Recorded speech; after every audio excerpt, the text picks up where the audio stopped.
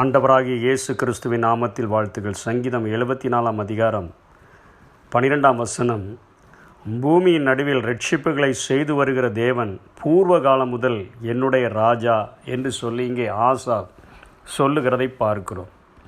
இந்த சங்கீதம் எந்த பின்னணியிலே எழுதப்பட்டது என்று சொன்னால், கிமு 586 பாபிலோனியர்களால் அழிக்கப்பட்டு நெடுங்காலமாய் பாழாய் கிடக்கிற ஸ்தலங்களாக அது மாற்றப்பட்டு எருசலேமும் ஆலயமும் சுட்டெரிக்கப்பட்டு அவர்களுடைய அந்நியர்களுடைய கொடிகள் தன்னுடைய தேசத்திலே பறக்கக்கூடிய ஒரு நிர்பந்தமான ஒரு நிலைமையிலே அவர் அழகாக சொல்லுகிறார், ஆண்டவரே, நீர் எங்களை தள்ளி விடுகிறதற்கான ஒரு அடையாளம் என்ன? எருசலேமும் ஆலயமும் அழிக்கப்பட்டு கிடக்கிறது.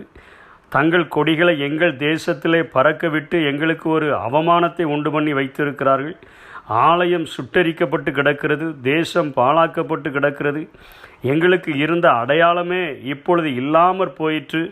எப்பொழுது விடுதலை கிடைக்கும் என்கிற ஒரு ஏக்கத்தோடு கூட தீர்க்கதரிசிகளும் இல்லாமல், உம்முடைய வழிநடத்துகிற உம்முடைய ஆட்களும் இல்லாமல், உம்முடைய வார்த்தைகளை எங்களுக்கு போதிக்கிற போதகர்களும் இல்லாமல் ஒரு நிர்பந்தமான நிலைமையிலே, ஒரு தள்ளப்பட்ட ஒரு நிலைமையிலேயே நாங்கள் வாழ்கிறோமே என்கிற ஒரு பின்னணியில் இந்த சங்கீதத்தை ஆசாப் எழுதியிருக்கிறதை பார்க்கிறோம். எருசலேம் நகரமும் அங்கிருந்த ஆலயமும் பாபிலோனியரால் அழிக்கப்பட்ட பின்பு ஆண்டவருடைய இரட்சிப்புக்காக கதறுகிற வேண்டுதல் செய்கிற ஒரு ஆசாபினுடைய வேண்டுதலாக இந்த சங்கீத பகுதி எழுதப்பட்டிருக்கிறது. இதில் ஆண்டவரை அநேக நாமங்களை சொல்லி அவர் கூப்பிடுகிறதை பார்க்கிறோம்.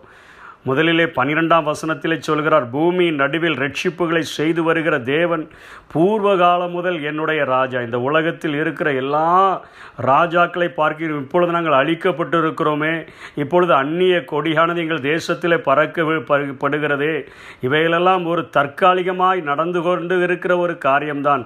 ஆனால் எங்களுடைய தேவன் பூர்வ காலம் முதல் அவர் ராஜா. உலகத்தில் இருப்பவனை பார்க்கிலும் எங்களில் இருக்கிறவர் பெரியவர் என்கிற ஒரு மகா பெரிய நம்பிக்கையோடு கூட முதலிலே ஆண்டவரை பூர்வ முதல் ராஜா என்கிற நாமத்தை சொல்லி அவரை கூப்பிடுகிறதை பார்க்கிறோம். 13 சொல்லுகிறார், நீர் வல்லமையின் தேவன், உம்முடைய வல்லமையினால் சமுத்திரத்தையே இரண்டாக பிளந்து போடுகிறவர். இங்கே இருக்கிற ராஜாக்களினால் ஒன்றையும் செய்ய முடியாது, ஆனால் நீர் சமுத்திரத்தை இரண்டாக பிளக்க முடியும். ஜலத்தில் உள்ள வலு சர்ப்பத்தின் தலையை உடைக்க முடியும். இது எகிப்தை குறிக்கக்கூடியதாக இருக்கிறது. எகிப்தினுடைய வலிமை எல்லாவற்றையும் உடைத்து போட்ட வல்லமையுடைய ஒரு ஆண்டவர். முதலைகள் லிவியாதானை குறிக்கிறது. அவைகளினுடைய தலைகளை நறுக்கி போடுகிறவர். ஊற்றையும் ஆற்றையும் பிளந்து மகா நதிகளை வற்றி போக பண்ணுகிற வல்லமை. செங்கடலை பிளந்தவர் அல்லவா, யோர்தானை பிளந்தவர் அல்லவா.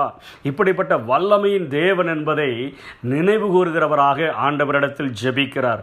பூமி அனைத்திற்கும் ராஜா, பூர்வம் முதல் அதுவும் ராஜா. நீர் வல்லமையில் ராஜா என்று சொல்லுகிறார், வல்லமை நிறைந்த ஒரு ராஜா என்று சொல்லுகிறார். நீர் ஒரு படைப்பின் தேவன், பகலையும் இரவையும் உண்டாக்கினவர் நீர்தான் ஆண்டவரே. சூரியனையும் வெளிச்சத்தையும் உண்டாக்கினவர் நீர்தான். பூமியினுடைய எல்லைகள் எல்லாவற்றையும் திட்டம் பண்ணினதும் நீர்தான் ஆண்டவரே. கோடை காலத்தையும் மாரி காலத்தையும் நீர்தான் உண்டாக்கினீர். அதாவது பூமியையும் அதன் நிறைவும் உம்மால் உண்டாக்கப்பட்ட ஒரு தேவனை நாங்கள் தொழுது கொள்ளுகிறோம் அல்லவா என்று சொல்லி ஆண்டவரை தன்னுடைய பிரச்சனைகளின் மத்தியில் இத்தனையாய் அவர் படைப்பின் தேவனாக, வல்லமையின் தேவனாக, பூர்வ முதல் ராஜாவாக, அதற்கு பின்பாக நினைவு கூறுகிற தெய்வம் என்பதை நினைவுபடுத்துகிறார். 19 20 ஏழைகளின் கூட்டத்தை மறவாதையும் உடன்படிக்கையை நினைத்தருளும், நினைவு கூறுகிற ஒரு தெய்வம் என்று சொல்லுகிறார். அதற்கடுத்தபடியாக உடன்படிக்கையின் தேவன் நீர். உடன்படிக்கை உம்முடைய கட்டளைகளையும் கற்பனைகளையும் சங்கீதம் 25 சொல்லப்படுகிறது. உம்முடைய வழிகளையும் எங்களுக்கு போதிக்கும் பொழுது நாங்கள் இதிலே கீழ்ப்படிந்து நடந்தோம் என்று சொன்னால் நீர் எங்களுக்கு கொடுத்திருக்கிற அந்த ஆசீர்வாதங்களிலே நாங்கள் நிலைத்திருக்க முடியும்.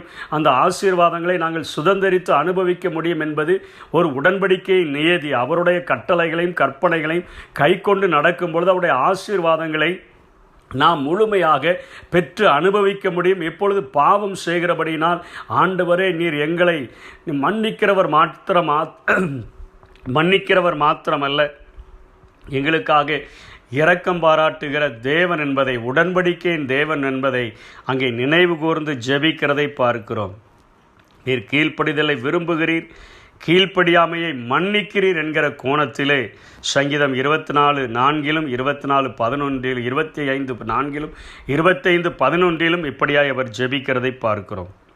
கடைசியாக சொல்லுகிறார், சிறுமையும் எளிமையுமானவனுடைய தேவன் எகிப்தின் அடிமைத்தனத்தை நினைவு கூர்ந்து துன்பப்பட்டவர்களை வெட்கத்தோடு கூட நீங்கள் திரும்பிவிட பண்ணாத ஒரு தேவன், சிறுமையும் எளிமையுமானவனை உம்மை துதிக்கும்படி செய்கிற ஒரு ஆண்டவர்.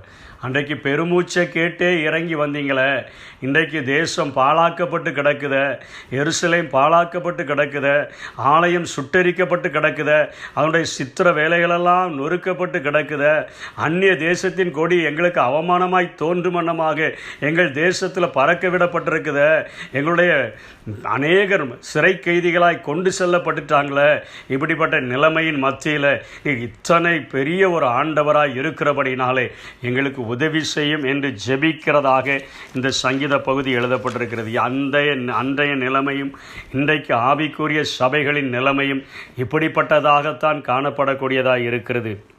இன்றைக்கு முன்னை கிறிஸ்தவர்கள் என்று சொல்லி வாழ்கிற அநேக ஜனங்கள் அவருடைய நாமம் தூஷிக்கப்படும்படியாக, அவருடைய ஜனங்கள் அவருடைய கிரியைகளினாலே ஆண்டவருடைய நாமத்தை தூஷிக்கிற ஒரு நிலைமையிலே நாம் வைக்கப்பட்டிருக்கிறோம். மக்கள் அநேகர் உபத்திரவப்படுகிற ஒரு நிலைமை.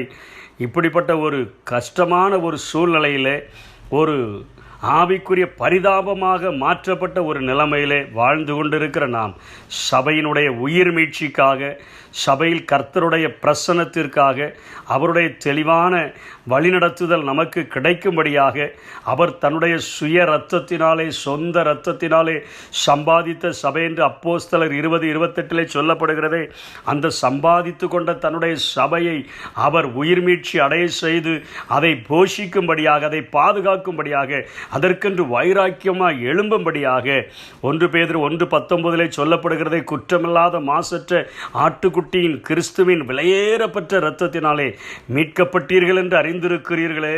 இன்றைக்கு அப்படிப்பட்ட ஆண்டவருடைய சபை அவருடைய இரத்தத்தினாலே சம்பாதிக்கப்பட்டிருக்கிறது. ஒவ்வொரு தனி மனிதனும் அவருடைய விலையேறப்பட்ட இரத்தத்தினாலே சம்பாதிக்கப்பட்டிருக்கிறான் என்பதை உணர்ந்தவர்களாக, இப்படிப்பட்ட அவருடைய நாமத்தை ஆசாப் சொல்லுகிறாரே, அத்தனை நாமத்தை நினைவு கூர்ந்தவர்களாக எங்களையும் உயிர்மீட்சி அடைய செய்யும், எங்கள் சபைகளையும் எங்களுடைய சமுதாயத்தையும் நீர் உயிர்மீட்சி அடைய செய்யும் ஆண்டவரே என்று சொல்லி நாம் கதறி நாம் ஆண்டவருடைய சமூகத்தில் மன்றாடும் பொழுது நமக்கு அது காலதாமதம் போல தோன்றினாலும் சரியான நேரத்தில் நமக்கு தருகிற எழுப்புதலை நம் மூலமாக ஒரு தனி மனிதனின் எழுப்புதல், ஒரு சபையின் எழுப்புதல், ஒரு தேசத்தின் எழுப்புதலாக ஆண்டவர் மாற்றிவிட முடியும். இப்பொழுதே அந்த அக்கினி நம்முடைய இருதயத்திலே பற்றி பிடிக்கட்டும். ஆண்டவரிடத்தில் கதறுவோம். அப்படிப்பட்ட கிருபைகளை தேவன் தந்தருள்வாராக. ஆமென். என்ன உயிரடைய செய்யுங்க, உலர்ந்த எலும்புகள் இந்த நாள் உயிரடைய வேண்டுமே.